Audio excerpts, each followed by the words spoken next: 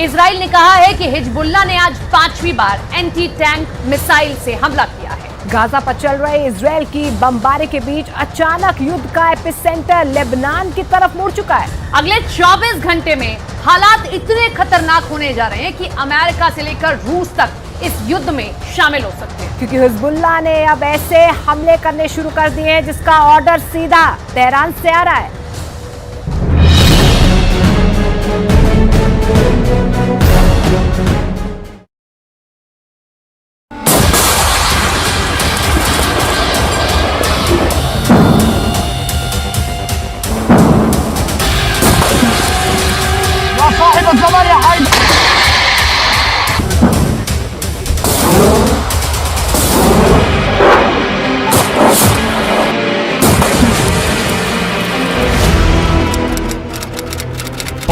अक्टूबर 2023 Hezbollah एक के बाद एक कई मिसाइल फायर करता है।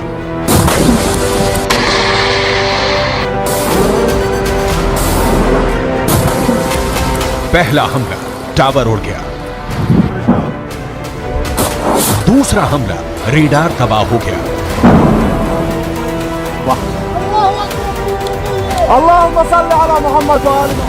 तीसरा हमला एक और अड्डा तहस नहस हो गया।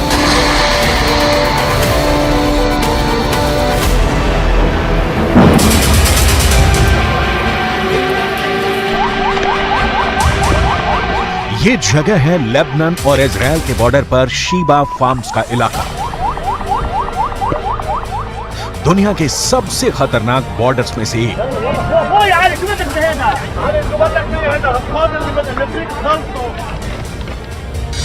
और यहां बने हैं इजराइल के 5 बहुत ही खतरनाक अड्डे। अड्डा नंबर 1, अड्डा नंबर 2, अड्डा नंबर 3, अड्डा नंबर 4, अड्डा नंबर 5। ये जगह गोलान की पहाड़ियों के उत्तर में है और यहाँ पहाड़ों की ऊंचाई 1500 मीटर तक है। नीचे लेबनान का इलाका और यहीं से अटैक लॉन्च किया गया। इस ग्राफिक से समझ सकते हैं इस इलाके की टोपोग्राफी, कौन कहां मौजूद है, कौन सा इलाका किसके पास है।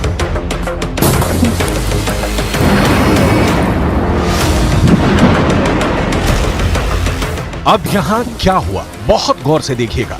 यहां लेबनान के इलाके में हिजबुल्लाह का पूरा कंट्रोल है और उसने निकाली 3 बहुत ही खतरनाक एंटी टैंक मिसाइल और मल्टी बैरल रॉकेट लॉन्चर। ये मिसाइल ईरान से सप्लाई की जाती रही है और ऐसी मिसाइलों का हिजबुल्लाह के पास बहुत बड़ा जखीरा है।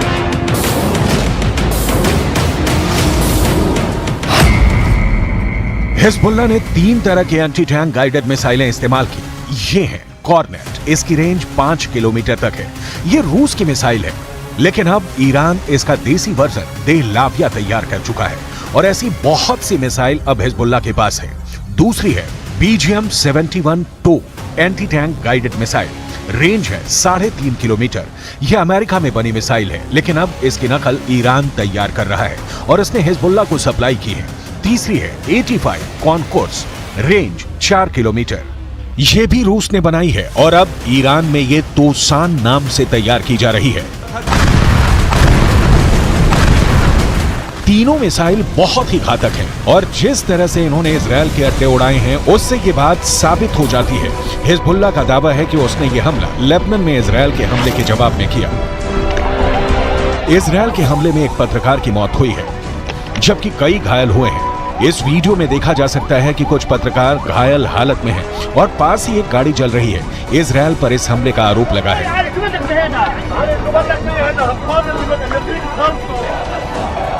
अब लेबनान में इस मर्डर को लेकर इजराइल को लेकर बहुत गुस्सा फैल चुका है। इजराइल के खिलाफ बेरूत में लगातार प्रदर्शन हो रहे हैं। इसी को देखते हुए अब हिजबुल्लाह ने क्या किया है वो बहुत गौर से देखिएगा।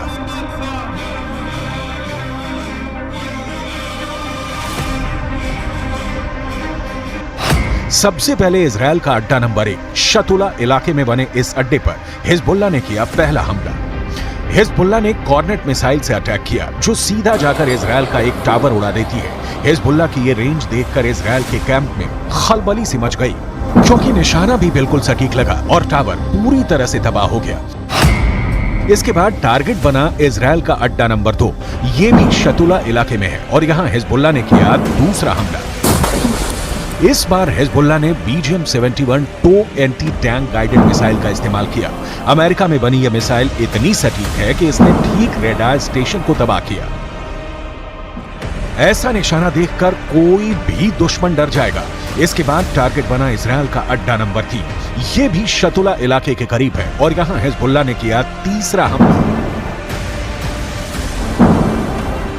इस बार हिजबुल्लाह ने concourse anti tank guided missile fire की। रूस की यह वायर गाइडेड मिसाइल भी इजरायल के एक ठिकाने को खत्म कर देती है। इसके बाद चौथे और पांचवें अड्डे पर भी हिजबुल्लाह अपनी बाकी मिसाइलों और मल्टी बैरल रॉकेट लॉन्चर से हमला करता है और उनका भी वही हश्र होता है जो बाकी अड्डों का हुआ है। हिजबुल्लाह का दावा है कि इन हमलों में इजरायल को भारी नुकसान हुआ है और उसके कई सैनिक भी मारे गए हैं। צה"ל הגיב בירי והשמיד עמדות חיזבאללה ואת מקור האש. כמו כן, בוצע ירי למוצב צבאי, אין נפגעים, גם שם צה"ל הגיב באש לעבר מקורות הירי. समझ लीजिए कि इस वक्त इजरायल और लेबनान के बॉर्डर पर आग लगी हुई है और ये सब कब युद्ध को 10 गुना भड़का सकते हैं, इसके बारे में दुनिया में सिर्फ 4 लोग जानते हैं। पहले हैं इजरायल के प्रधानमंत्री बेंयामिन नेतन्याहू, दूसरे हैं ईरान के राष्ट्रपति इब्राहिम रईसी, तीसरे हैं अमेरिका के राष्ट्रपति जो बाइडेन और चौथे हैं यूरोप से लेकर अमेरिका तक सबको हिला देने वाले रूस के राष्ट्रपति व्लादिमीर पुतिन। लेकिन इस वक्त सबसे ज्यादा एक्टिव ईरान है। ईरान के विदेश मंत्री हुसैन अमीर अब्दुल्लाहिया ने कहा है कि अगर इजरायल ने गाजा पर बमबारी नहीं रोकी तो हिजबुल्लाह ने ऐसी तैयारी की हुई है कि इजरायल में जलजला आ जाएगा।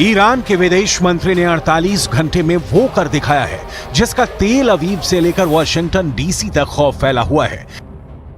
इजरायल को लेकर ईरान की वॉर डिप्लोमेसी इस वक्त युद्ध के कई फ्रंट खोल चुकी है। सऊदी अरब के क्राउन प्रिंस मोहम्मद बिन सलमान से ईरान के राष्ट्रपति इब्राहिम रईसी की बातचीत के बाद 48 घंटे में ईरान के विदेश मंत्री ने इराक का दौरा किया, वहां के राष्ट्रपति से मिले। ईरान के विदेश मंत्री ने सीरिया जाकर वहां के राष्ट्रपति से मुलाकात की। हुसैन अमीर अब्दुल्लाहिया फिर लेबनान गए और हिजबुल्लाह की लीडरशिप से मिले। इसके बाद वो कतर आए और वहां के विदेश मंत्री से मीटिंग करने के बाद हमास की लीडरशिप यानी इस्माइल हानिया से मुलाकात की। सवाल है कि क्या 48 घंटे के अंदर ईरान और इजरायल के बीच बड़े युद्ध की तैयारी हो चुकी है?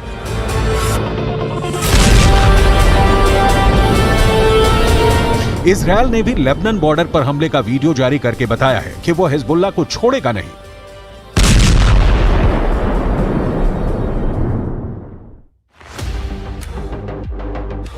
लेकिन अपनी ताकत दिखाने के लिए हिजबुल्लाह ने अपने वीडियो वायरल करने शुरू कर दिए हैं। हिजबुल्लाह के इस वीडियो में बताया जा रहा है कि वो इजरायल पर हमले के लिए तैयार है।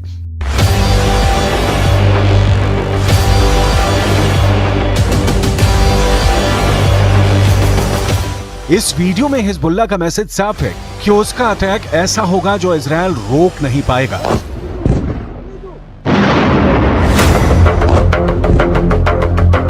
इस वीडियो में हिजबुल्लाह का मिलिशिया कमांडो ऑपरेशन की तरफ इशारा कर रहा है। इस वीडियो में हिजबुल्लाह बता रहा है कि उसके कमांडो मोटरसाइकिल पर आएंगे और इजरायल की सेना भागती हुई नजर आएगी। हिजबुल्लाह ने बहुत साफ शब्दों में कह दिया है कि वो इजरायल पर हमला कर देगा।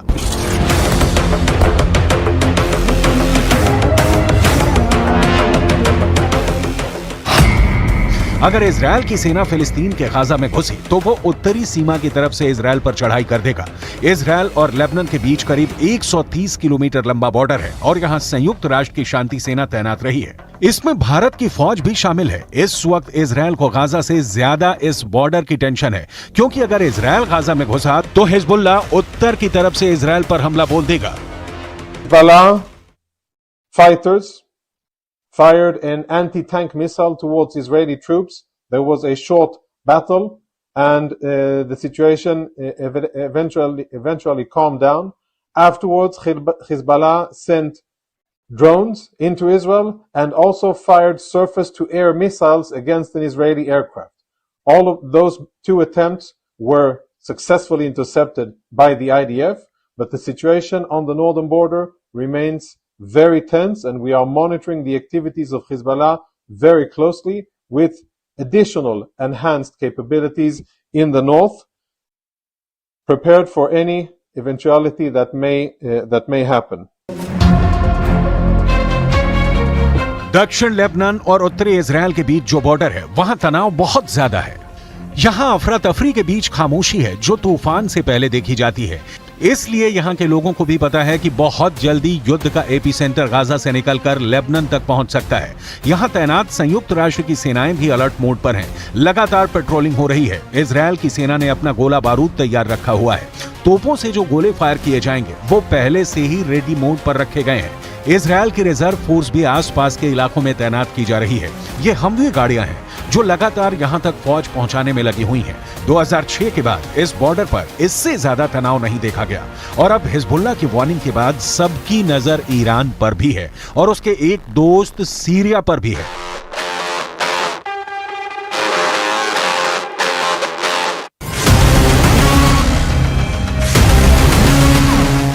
इजराइल के गोलान की पहाड़ियों पर भी टैंक पहुंचा दिए गए हैं। ये जगह सीरिया का हिस्सा था, लेकिन 1967 में युद्ध के बाद इजराइल ने सीरिया के इस हिस्से को अपने में मिला लिया और तभी से यह इलाका इजराइल के कंट्रोल में है। देखा जाए तो इस वक्त पूरे पश्चिम एशिया में युद्ध की चिंगारी पहुंच चुकी है। इजराइल से लेकर गाजा और गाजा से निकली ये आग अब लेबनान पहुंच चुकी है। चिंगारी सीरिया और ईरान में भी नजर आ रही है।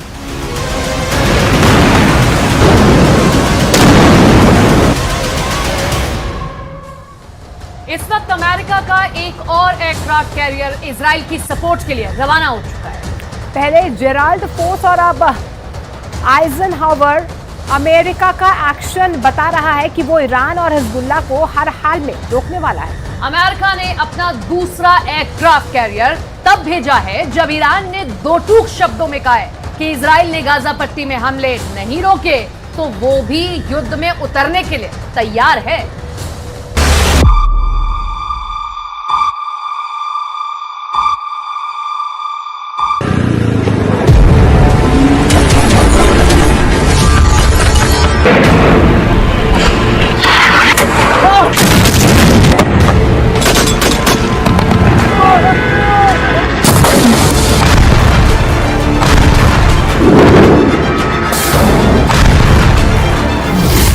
इजराइल का इरादा बिल्कुल क्लियर है, हमास के हर आतंकी का नाश। ईरान का इरादा बिल्कुल क्लियर है, हमास के खात्मे को बचाने के लिए युद्ध में कूदना है। अमेरिका का इरादा बिल्कुल क्लियर है, इजराइल को हिजबुल्लाह से, हमास से और सबसे बड़े दुश्मन ईरान से बचाना है।